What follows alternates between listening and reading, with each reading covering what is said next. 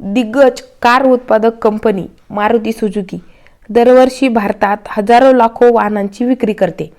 यामुळेच भारतीय रस्त्यांवर प्रत्येक तिसरी कार मारुती सुझुकीची पाहायला मिळते। मात्र महाराष्ट्रात एक असं गाव आहे जिथे मारुती सुझुकीची कार चालवणे किंवा विकत घेणे किंवा गावात कार फिरवण्यास मनाई आहे। तुम्हाला ऐकून आश्चर्य वाटेल, पण हे सत्य आहे। यामागे एक मोठी दंतकथा आहे। अहमदनगर जिल्ह्यातील नांदूर निंबादैत्य गावात मारुती सुझुकी कंपनीची कार विकत घेणे किंवा चालवणे हे अशुभ मानले जाते किंवा यावर कडक मनाई आहे। विशेष म्हणजे गावाच्या हद्दीत एकही हनुमान मंदिर नाही। गावातील लोक हनुमानाची पूजा देखील करत नाहीत। हनुमानाशी संबंधित कुठलीही गोष्ट या गावात नाही। आश्चर्याची बाब म्हणजे गावातील कोणतीही व्यक्ती आपल्या मुलाचे नाव मारुती, हनुमान किंवा या नावाशी संबंधित नाव ठेवत नाहीत। या अनोख्या परंपरेमागे पौराणिक कथा आहेत।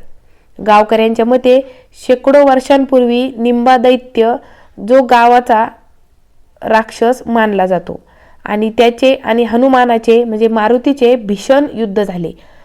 परिस्थिती इतकी गंभीर बनली की शेवटी भगवान श्रीरामांना मध्यस्थी करावी लागली। श्रीरामांनी निंबादैत्याला या परिसराची रक्षा करण्याचे वरदान दिले आणि हनुमानाने या गावापासून दूर राहावे असा आदेश दिला। तेव्हापासून या गावात हनुमानाशी संबंधित कोणतीही प्रतिमा, पूजा, नाव किंवा वस्तू आणणे अशुभ मानले जाते। याच कारणामुळे मारुती ब्रँडच्या गाड्यांना देखील या ठिकाणी प्रवेश नाही। विशेष म्हणजे नांदूर निंबादैत्य गावात एकही हनुमान मंदिर नाही। गावकरी आपल्या मुलांचे नाव हनुमान, मारुती किंवा त्या संबंधित नाव देखील ठेवत नाही।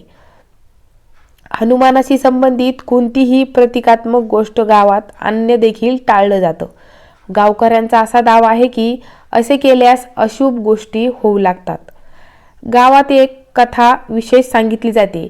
काही वर्षांपूर्वी गावातील एका डॉक्टरांनी मारुती विकत घेतली। कार घेतल्यानंतर अचानक त्यांच्या दवाखान्यात येणाऱ्या रुग्णांची संख्या कमी झाली। आर्थिक व वैयक्तिक अडचणी वाढल्या।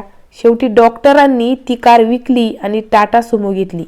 गावकऱ्यांच्या मते यानंतर त्यांचे काम पुन्हा वाढू लागले।